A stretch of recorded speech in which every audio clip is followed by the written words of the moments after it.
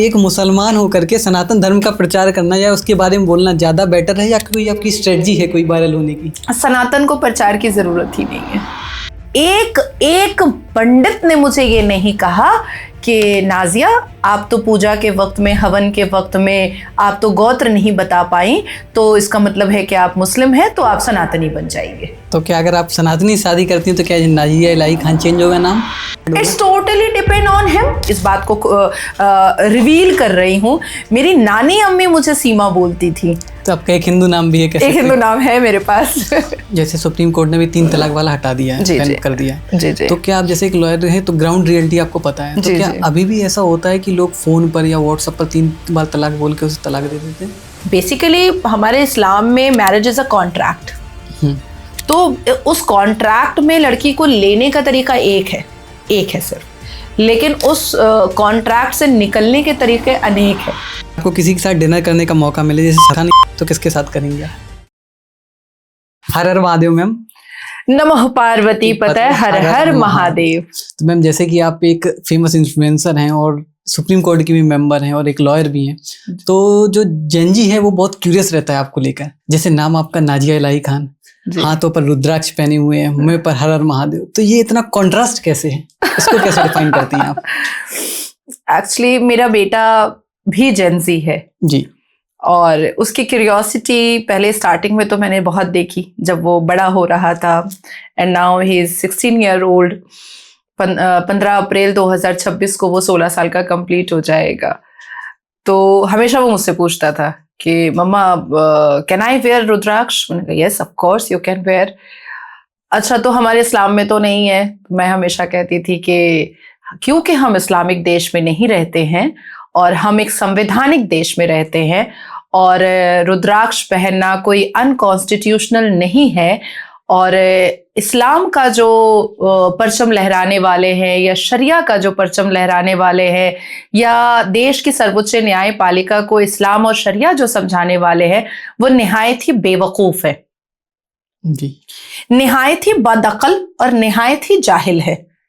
क्योंकि ये देश, इस देश में जब भीमराव अंबेडकर जी ने डॉक्टर राजेंद्र प्रसाद के साथ जब संविधान लिखा गया, तो उस संविधान के पहले पन्ने पर जो चित्र था वो भगवान राम का था।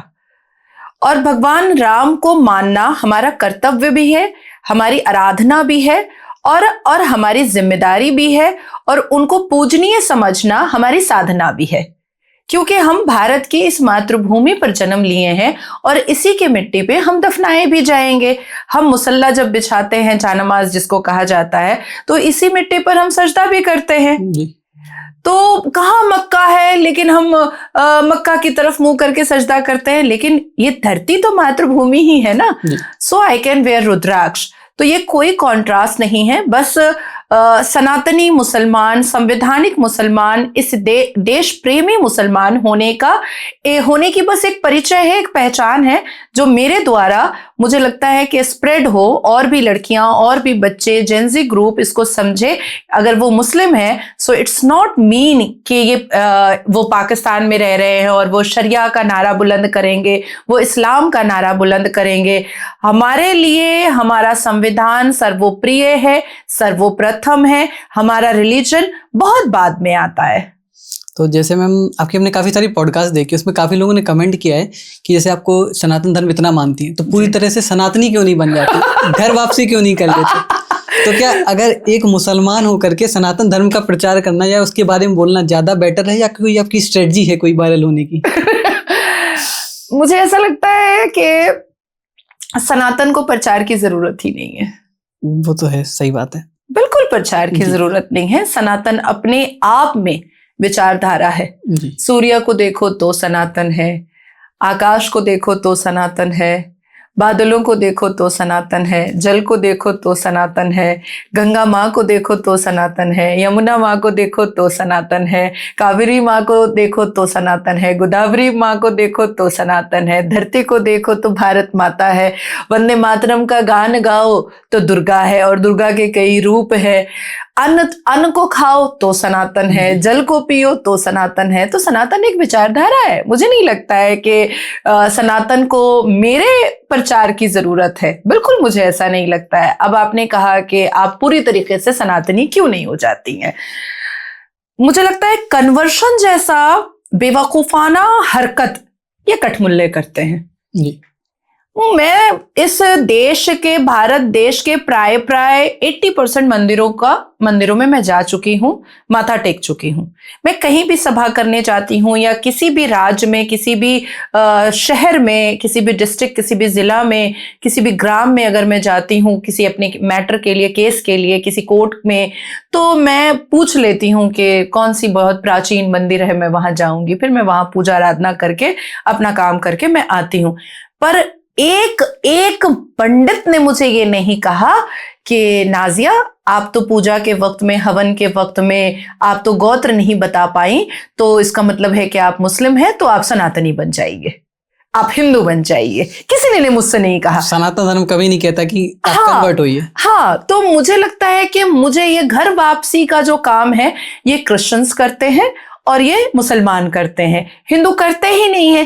तीसरी बात कि बहुत कम उम्र में मैं विडो हुई। That time I was like 18 year old, less than 18 year old. तो मैंने ये सोचा हुआ था कि मेरा बेटा 10 पास करेगा तो मैं किसी अच्छे हिंदू से शादी करूंगी। मैंने बीच में एक ट्राई भी किया था, मुझे एक हल्का सा प्यार भी हुआ था, लेकिन उनके पास ऑलरेडी 2 बीवियां थी। लेकिन अभी भी मैंने अपना डोर ओपन रखा है कि कोई बहुत खूबसूरत सनातनी आएगा तो मैं वो मुझे सनातनी नाम भी देगा और सनातनी बनाएगा भी। तो क्या अगर आप सनातनी शादी करती हैं तो क्या नाजिया इलाही खान चेंज होगा नाम, इसके आगे ही सरनेम ऐड होगा? It's totally depend on him. Okay, है ना, it's totally depend on him. देखो टाइटल तो मैं लूंगी ही जिस किसी से भी मैं, और शादी तो मैं हिंदू से ही करूंगी, इसमें तो कोई दो राय है ही नहीं, इसमें तो इफ एंड बट है ही नहीं। और नाजिया तो रहेगा ही, टाइटल मैं उसका लूंगी ही, पूजा वगैरह मैं करती ही हूँ। हवन मेरे घर में हर हफ्ते शनिवार वाले दिन मेरे घर में हवन होता है, और इसलिए भी आज मैं लेट हो गई हूँ। तो मुझे लगता है कि it's totally depend on him कि वो मुझे हिंदू के नाम से पुकारना चाहेगा या वो मुझे मुसलमान के नाम से पुकारना चाहेगा। वैसे फॉर योर काइंड इन्फॉर्मेशन, जो मैं पहली बार आप लोगों के सामने इस बात को रिवील कर रही हूं, मेरी नानी अम्मी मुझे सीमा बोलती थी। अच्छा। और आज भी मेरी बड़ी वाली बहन जो बॉम्बे हाई कोर्ट में वकील हैं, बहुत ही रिनाउंड क्रिमिनल एडवोकेट हैं, तलत फातिमा, वो मुझे आज भी सीमा बोलती हैं। तो आपका एक हिंदू नाम भी है? एक हिंदू नाम है मेरे पास। तो चलिए, जैसे आपका भी एक बेटा भी है, तो जैन जी पेरेंट्स को लेकर काफी कॉन्शियस रहते हैं, काफी एक इमोशनल टच रहता है जी। तो जब आपका बेटा देखता है कि आपको एक जान से मारने की भी धमकी मिल रही है जी। और एक तरफ कुछ लोग बोल रहे हैं कि ये भारत की शेरनी भी है, तो आपके घर का माहौल कैसा होता है और उसके अंदर कैसे इमोशंस आते हैं? This is very quite natural कि जब मेरे साथ मॉब लिंचिंग होती है, मेरे ऊपर एसिड अटैक होता है, मेरी गाड़ियां तोड़ी जाती हैं, मुझे अलकायदा से धमकियां आती हैं, मुझे पाकिस्तान से धमकियां आती हैं, पश्चिम बंगाल में कुछ लिब्रांडो हिंदू मेरे पीछे पड़े हुए हैं, कुछ लोग दिल्ली आने की धमकी देते हैं कि दिल्ली आकर मारेंगे, कुछ लोग बंगाल में कोर्ट के परिसर में मेरी मॉब लिंचिंग करते हैं। तो एक इमोशनल तो परिवार हो ही जाता है, एक टेंशन में तो परिवार आ ही जाता है, लेकिन मेरी फैमिली मेरा बैकबोन है। मेरी फैमिली, मेरा बेटा, मतलब मुझे हमेशा हिम्मत दिया है। मेरा बेटा मुझसे ज्यादा मैच्योर है, मुझसे ज्यादा मैच्योर है। वो मुझे दुनिया भर की सीरीज के बारे में बताता है कि मम्मा ये सीरीज बहुत अच्छी आई है, तुम देखोगी ना तुम्हारी स्पीच ना और अच्छी हो जाएगी। मम्मा ये वाले जो श्लोक है ना, इसको पढ़ोगी ना तो तुम अपनी स्पीच में इस श्लोक को यूज कर सकती हो, इसको भी पढ़ सकती हो, तो तुम्हारी स्पीच और इनहांस हो जाएगी। अब जैसे अभी रिसेंटली मुझे अलकायदा से धमकी आई थी, and that time I was at Mumbai, और मैं जुहू के आसपास थी। तो मेरे बेटे को जैसे ही पता चला सोशल मीडिया से और न्यूज़ चैनल से, ब्रेकिंग न्यूज़, नाजिया को अलकायदा की धमकी आई है। Are you all right mamma? Yes I am okay, be safe. Yes बेटा। ठीक है, अगर कुछ प्रॉब्लम होगा तो मुझे बुला लेना, because I am a big guy now. हाँ बिल्कुल बुला लूंगी। तो कोई भी मेरे मनोबल को, मेरी ऊर्जा को, मेरी हिम्मत को, मेरे हौसले को कमजोर करने की कोशिश तो नहीं करता है। इवन मेरी अम्मा, she is 59 year old and my father is 63 year old.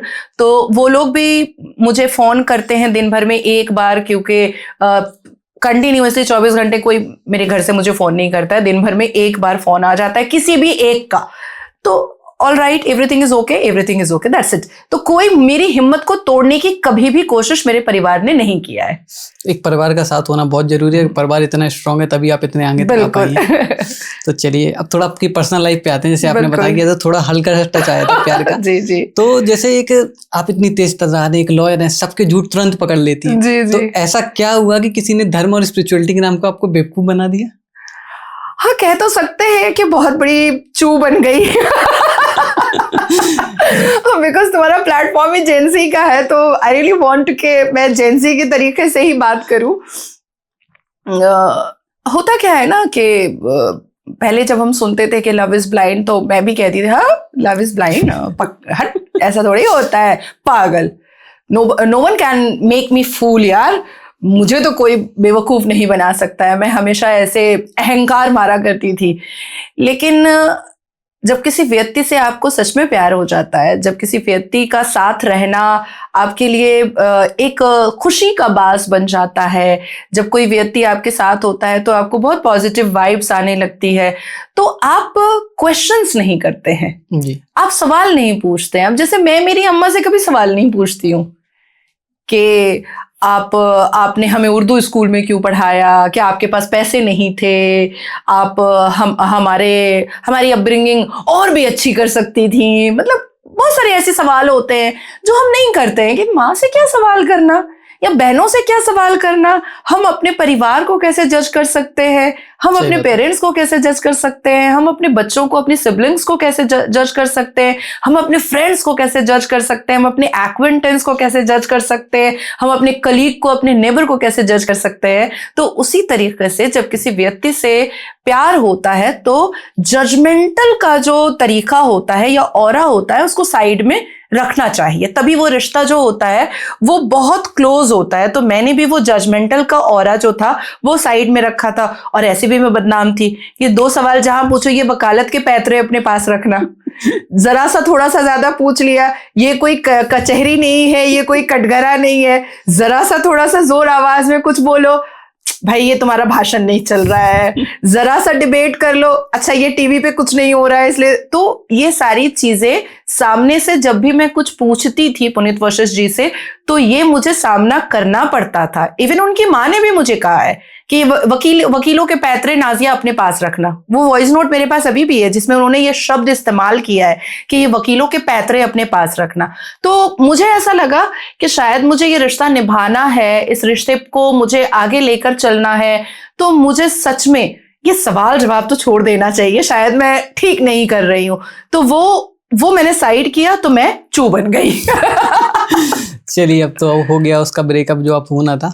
तो जैसे आजकल की it's good for me, it's good for you, तो जो होता है अच्छे के लिए होता हाँ। है। तो जैसे आजकल के लड़के काफी सारे जो हैं वो माथे पे टीका लगाकर और सनातनी बनकर जो हिंदू लड़कियां उनको बहका रहे हैं। तो आजकल की जो जेनजी लड़कियां हैं, खासकर यंग जनरेशन, वो जल्दी उनके छलावे में आ जाती हैं। तो ऐसे क्या रेड फ्लैग्स हैं, कैसे पहचाने कि ये सच में हमसे प्यार कर रहा है या फिर ये केवल एक दिखावा कर रहा है या हमें धर्म कन्वर्ट कराने की कोशिश कर रहा है?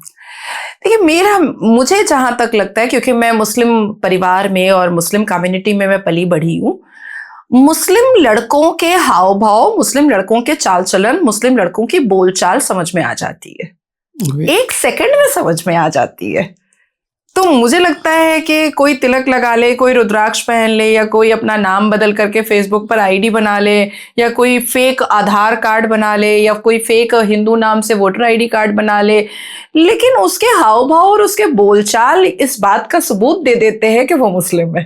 पर कुछ लड़कियां जानबूझ के फंस जाती हैं ऐसे में। एग्जैक्टली, क्योंकि होता क्या है कि अब देखिए, मैं बहुत फ्लो में भी बात करती हूँ और मेरी हिंदी अच्छी है, लेकिन मेरी हिंदी लिखने में अच्छी नहीं है। मात्राओं की गलतियां मुझसे आज भी होती हैं, लेकिन जितना अच्छा मैं अरबी और उर्दू लिख लेती हूँ उतना अच्छा मैं हिंदी नहीं लिख पाती हूँ। But I am very much comfortable with English. अब मैं आपके जवाब पर आती हूँ। एक्चुअली में हिंदू समाज के जो लड़के होते हैं वो बहुत रिस्पॉन्सिबिलिटीज को बहुत मानते हैं, वो बहुत पंक्चुअल होते हैं। वो पहले अपनी शिक्षा पर बहुत ध्यान देते हैं, उसके बाद फिर वो अपनी नौकरी पर बहुत ध्यान देते हैं। बिजनेस वाले जो होते हैं, मैंने कई ऐसे मारवाड़ी बच्चों को देखा है, मैंने कई ऐसे गुज्जर बच्चों को देखा है, ठाकुर परिवार के बच्चों को देखा है, जो कॉलेज और स्कूल से निकल करके सीधा अपने फादर के बिजनेस पॉइंट पर चले जाते हैं और वहां पर कारोबार भी संभाल लेते हैं, वहीं पर पढ़ाई भी कर लेते हैं। तो ये क्या होते हैं कि ये बड़े पारिवारिक होते हैं। उसके बाद फिर जैसे ही इनके अरेंज मैरिज होती है, अरेंज मैरिज या लव मैरिज जो भी होता है, उसके बाद फिर ये 2 बच्चे पैदा करते हैं, उसके बाद लाइफ को सेटल्ड कर लेते हैं। तो इनके पास फजूल का टाइम नहीं होता है। अच्छा, हमारी जो हिंदू समाज की कुछ लड़कियां इनको रिवीलिंग कपड़े पहनने होते हैं, सरोजनी मार्केट से या बड़ा बाजार से इनको कुछ कुछ कपड़े उठाने होते हैं, फिर वो कपड़े पहन करके किसी लड़कों की तारीफ सुननी होती है। तो उस चक्कर में वेले लड़के की तरफ इनका झुकाव हो जाता है। और वेला कौन होता है? जिसके पास कोई काम नहीं होता है। तो ये गटर छाप, मदरसा छाप, जिनको पैसे दिए जाते हैं, जिनको फंडिंग की जाती है, जिनको सजाया और संवारा जाता है, जिनको आईफोन हाथ में दिया जाता है, जिनको लग्जरी बाइक्स दी जाती है, जिनको लग्जरी कार्स दिया जाता है कि अब तुम जाओ और हिंदू लड़कियों को तुम ट्रैप करो, उनको पब क्लब डिस्को लेकर के जाओ, उनके ऊपर खर्च करो। और लड़कियां इसमें क्या होता है, अट्रैक्ट हो जाती हैं। राइट। और उसके बाद फिर वो ट्रैप हो जाती हैं। अट्रैक्ट जहां हुई वहीं पर ट्रैप हुई। अब अभी देखिए, मैंने पिछले 4 दिन से मेरी टीम एक रिसर्च कर रही है कि अभी मुस्लिम मदरसा छाप लड़कों का टारगेट जो है वो इस्कॉन टेम्पल की लड़कियां हो चुकी हैं। कल भी एक इस्कॉन टेम्पल की लड़की ने इस्लाम कबूल किया है और उसने शादी की है मुसलमान से। अब आप सोचो, जो इतने ज्यादा धर्म के अंदर घुसी हुई हैं वो भी इतनी जल्दी कन्वर्ट हो रही एग्जैक्टली। क्योंकि महिला को, लड़की हो, बच्ची हो, या वो एक मिडिल एज की लड़की महिला हो, जिस दिन महिलाओं को अकेले रहने का आदत लग गया, जिस दिन महिला सेल्फ रिस्पेक्ट वाली हो गई, जिस दिन महिला सेल्फ आइडेंटिफिकेशन वाली हो गई, जिस दिन महिला ये समझ गई कि वो अकेले भी खुश रह सकती है, उसको कोई ट्रैप नहीं कर सकता है। I was in a relationship 3.5 months, but I don't mind कि ठीक है, इट्स ऑल राइट, खत्म हो गया तो हो गया।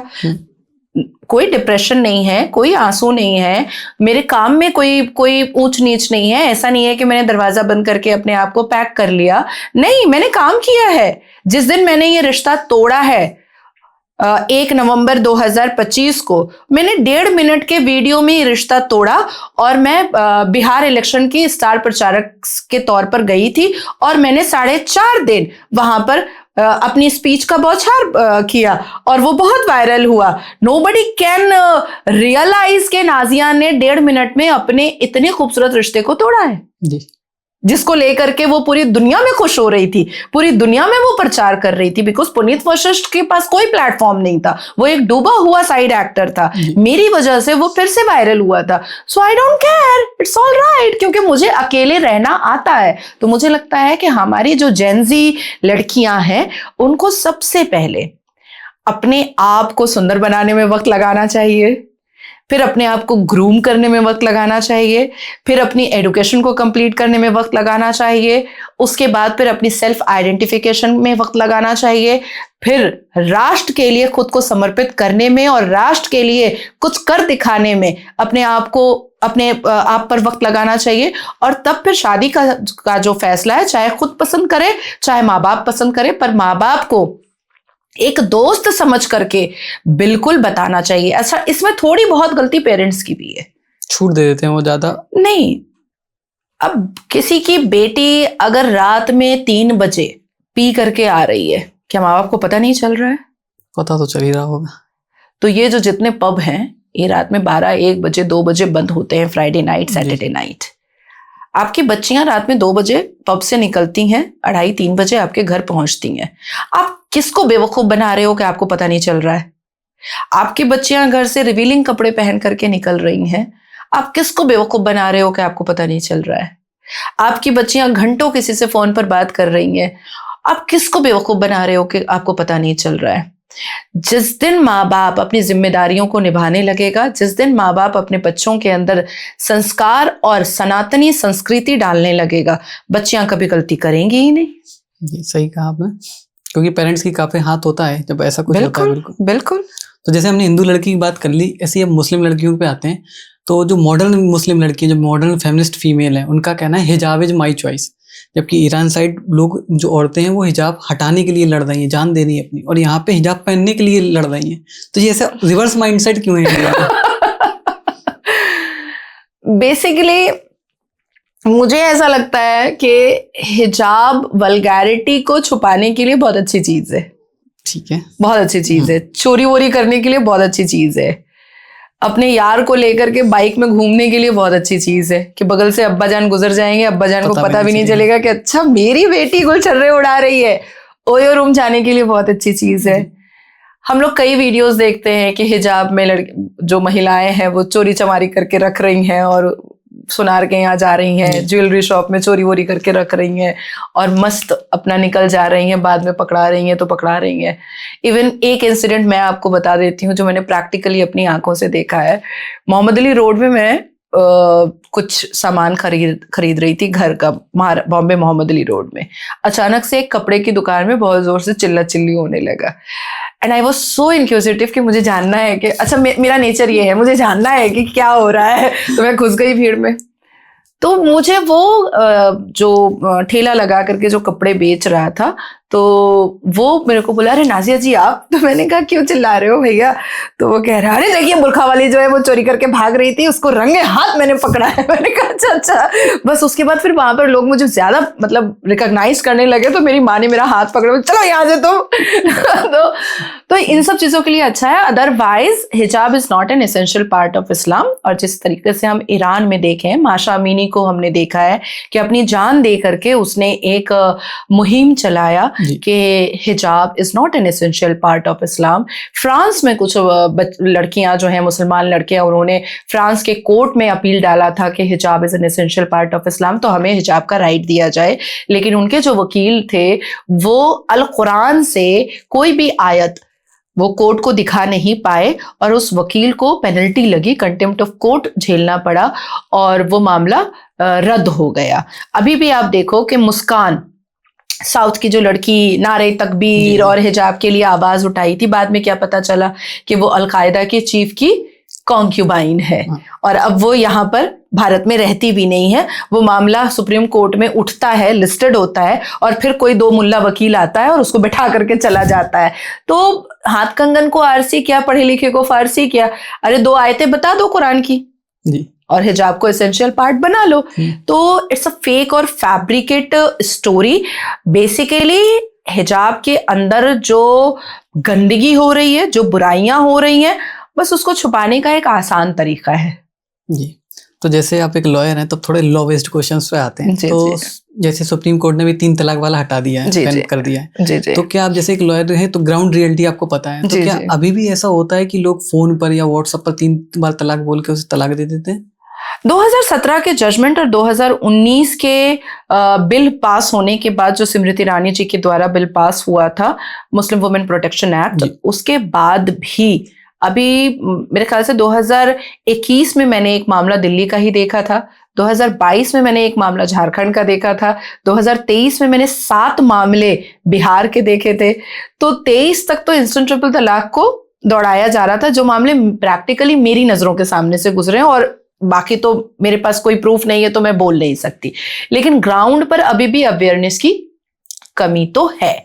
अब क्या हुआ है कि ये धरपकड़ हो जाते हैं, और अगर बच्चियां जो हैं, मुस्लिम बच्चियां, वो घूमते फिरते मेरे पास आ जाती हैं, तो इनकी तो और मैं चड्डी बनियान खोल देती हूँ, इनका तो मैं पूरा कच्चा ही उतार देती हूँ, कोर्ट के अंदर हो या मीडिया के सामने हो। तो अब ये लोग प्रिकॉशन लेकर के तलाक हसन कर रहे हैं। अब तलाक हसन क्या होता है? तो 3 महीने में 3 पीरियड्स के वक्त में 3 तलाक होता है। तो निकाह करने का जो शादी, बेसिकली हमारे इस्लाम में मैरिज इज अ कॉन्ट्रैक्ट। तो उस कॉन्ट्रैक्ट में लड़की को लेने का तरीका एक है सिर्फ, लेकिन उस कॉन्ट्रैक्ट से निकलने के तरीके अनेक है। अच्छा। तो मुझे ऐसा लगता है कि इस देश में जब तक यूसीसी पूरे तरीके से इम्प्लीमेंट नहीं हो जाता है तब तक इन सब चीजों को तो झेलना ही पड़ेगा। तो जैसे कोई फीमेल अगर कोर्ट में जाती है, जैसे किसी ने बोल दिया उसके हस्बैंड, तो कोर्ट में जाती है तो फिर क्या कोर्ट सुनवाई करती होगी उसकी? अब तो मतलब कोर्ट सुन भी रही है, नहीं तो बेचारी शाबानो और सायरा बानो तो जवानी में कोर्ट गई थी और बुढ़ापे में झुर्रियों के साथ जजमेंट लेकर के आई हैं। कोर्ट ने जो अत्याचार उनके साथ किया है वो तो भुलाए नहीं भूला जा सकता है। अब तो खैर मतलब 2, 4, 5 साल 8 साल में जजमेंट हम लोग देख भी लेते हैं। तो बेसिकली अकॉर्डिंग टू इस्लाम, अगर कोई इस्लामिक शरई तरीके से तलाक दे रहा है तो कोर्ट जाने का तो कोई परमिशन इस्लाम में है नहीं। संवैधानिक तरीके से लड़ने का कोई परमिशन है नहीं। पर फिर वही आ जाता है, क्योंकि हम संवैधानिक देश में रहते हैं और आजकल बच्चियां थोड़ी रिबेलियस हो चुकी हैं, थोड़ी वल्नरेबल हो चुकी हैं, थोड़ी रिजिड हो चुकी हैं, तो चलो ठीक है भाई, अब तो हम it's very obnoxious and my life is very anxious, so I am bound to take legal action. I will fight legal battle fight. तो बस ठीक है, उसके लिए फिर वो आगे बढ़ जाती हैं। तो हम जैसे लोग बैठे हुए हैं कि आ जाओ देखेंगे तुमको, तो कोर्ट जाती हैं। लेकिन इस्लामिक और शरई तरीके से अदालत जाना, मतलब कानूनी अदालत जाना बिल्कुल भी परमिशेबल नहीं है। उनको फिर इस्लामिक अदालत में ही जाना चाहिए। तो वक्फ बोर्ड पर काफ़ी लोगों को कन्फ्यूजन रहती है कि जैसे इंटरनेट पर काफ़ी मीम्स भी वायरल होती हैं कि वक्फ बोर्ड किसी घर को भी अपना बता सकता है। तो क्या वक्फ बोर्ड के पास इतनी पावर है और हमारे संविधान में ऐसा कुछ नहीं लिखा है जिससे उसकी पावर कम किया जा सके? हमारे संविधान में वक्फ बोर्ड का कोई जिक्र ही नहीं है। तो ऐसे तो उसमें होगा ना कि कोई कॉन्स्टिट्यूशन की अगर कोई प्राइवेट कम्युनिटी अगर बोल रही कि हमारी ये जमीन है, तो उसको ना हथियाने का कोई तरीका तो होगा कि हम वापस ले सके उससे, अगर उन्होंने हथिया ना कुरान में वक्फ बोर्ड का कोई जिक्र है और ना ही संविधान में वक्फ बोर्ड का कोई जिक्र है। Waqf board is a land mafia. और मैं फिर कह रही हूं, भारतीय जनता पार्टी की एक बहुत रिनाउंड नेत्री होने के बावजूद भी मैं कह रही हूं कि वक्फ बोर्ड को संशोधन की जरूरत नहीं थी। वक्फ बोर्ड को वैनिश करने की जरूरत थी, इरेज करने की जरूरत थी और ताला लगाने की जरूरत थी। आप सोचो कि 2025 और आप चले जाओ भीमराव अंबेडकर जी के जमाने में 1950 के राउंड 51, हाँ 51 से 2025 तक में आ जाइए। उस वक्त से लेकर के अब तक के LLB स्टूडेंट के सिलेबस में वक्फ एक्ट नहीं पढ़ाया जाता है। Waqf act is not part of LLB syllabus. तो मैंने तो यही पूछा था ना कि जज साहब क्यों सुन रहे हैं कि आप पढ़े हैं अपने सिलेबस में, आप समझ कैसे रहे हैं? तो ये तो सिलेबस का हिस्सा ही नहीं है, क्योंकि ना ही वो संविधान में है। और जो चीज संविधान में है नहीं तो उसका तोड़ और जोड़ कैसे समझाया जा सकता है? सही बात है ना? जो चीज संविधान में है ही नहीं तो उसका तोड़ और जोड़ कैसे समझाया जा सकता है? वक्फ एक्ट को एक गैर कानूनी तरीके से और beyond the constitution, beyond the Quran बनाया गया है, जस्ट बिकॉज कि उसका रेवेन्यू उठा करके ये मलाई चाटते रहे, दैट्स इट। और आप देखो, और मुस्लिम पर्सनल लॉ बोर्ड के अरशद मदनी, महमूद मदनी, कितनी लग्जरी लाइफ है, कितनी लग्जरी लाइफ है। गाड़ियों की कतारें खड़ी हैं, बंगले हैं उनके पास, 50 नौकर चाकर हैं उनके पास। इमाम बुखारी को आप देखो, जाओ मस्जिद जाकर के 7-7, 8-8 उनके हुक्का बार चल रहे हैं। तो मुझे ऐसा लगता है कि मुस्लिम पर्सनल लॉ बोर्ड की आवाज में जो मुसलमान आवाज जोड़ते हैं वो कितने बेवकूफ हैं, कितने बेवकूफ हैं कि तुम एक ऐसे व्यक्ति की आवाज में आवाज जोड़ रहे हो जो तुम्हारा है ही नहीं, जो अपने खानदान को, अपने परिवार को, अपने बाल बच्चों को मिलेनियर और बिलेनियर बना रहा है और लाठियां तुम्हारे ऊपर बरसवा रहा है। और मुसलमान को ये बात समझ भी नहीं आ रही है, समझना नहीं चाहते हैं। बात ये है, समझ आ रही है लेकिन समझना नहीं लगाना चाह रहे, समझना नहीं चाह रहे। बताया जा रहा है केवल बस जो ऐसा पढ़ाया गया वैसा पढ़ते बस। क्योंकि यही मौलवी मुल्ला ने उनको कह रखा है ना कि इस्लाम का काम है अकल का नहीं, नकल का काम है। तो बस ये नकलची बंदर बन के इस डाल से उस डाल, उस डाल से उस डाल कूदते रहते हैं, दैट्स इट। कभी अच्छा, हर मुसलमान के घर में कुरान होता है, हमें सुनने की जरूरत ही नहीं है आपको। हमें गाली बाद में दे देना, वक्त जाए मत करो, डोंट वेस्ट योर टाइम। आप वो कुरान अपने घर से उठाओ, उसको अरबी का जिस लैंग्वेज में कंफर्टेबल हो उसका ट्रांसलेट पढ़ लो और उसके बाद फिर गालियां परोसो हमें अगर हम गलत बोल रहे हैं तो इसमें दिक्कत कहाँ है? हम तो ऐसे भी गाली सुनेंगे, वैसे भी गाली सुनेंगे। लेकिन मुझे ऐसा लगता है कि पूरे तरीके से बामायने अगर कोई भी मुसलमान कुरान पढ़ लेता है तो फिर या तो फिर वो सलीम वास्तिक जैसा हो जाता है, साहिल जैसा हो जाता है, और अगर साथ में मेरी तरह संविधान पढ़ ले तो फिर मेरी तरह हो जाएगा। ऐसे ही हमने देखा है कि काफी जैसे हल्द्वानी हो गया और काफी अलग अलग जगह में रेलवे की जमीन पर मजार बना दी जाती है, तो ये और उसको हथिया लिया जाता है। तो ये मजार पॉलिटिक्स कैसे काम करती है? ये मजार जिहाद है, ये मजार पॉलिटिक्स नहीं है। दिस इज कॉल्ड मजार जिहाद। बेसिकली हमारे अल कुरान में और सुन्नत रसूल में मजार परस्ती इज एन अनपैर्डनेबल सिन। मजार परस्ती सख्त ममानियत है, सख्त गुनाह है।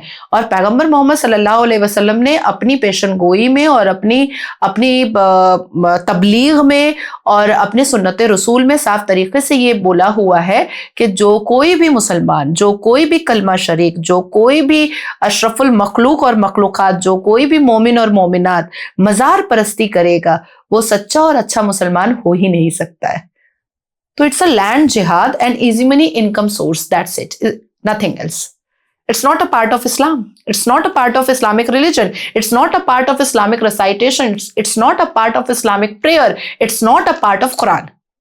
कुरान का पार्ट नहीं, बस लैंड जिहाद के लिए ये लोग लैंड जिहाद and easy money income source.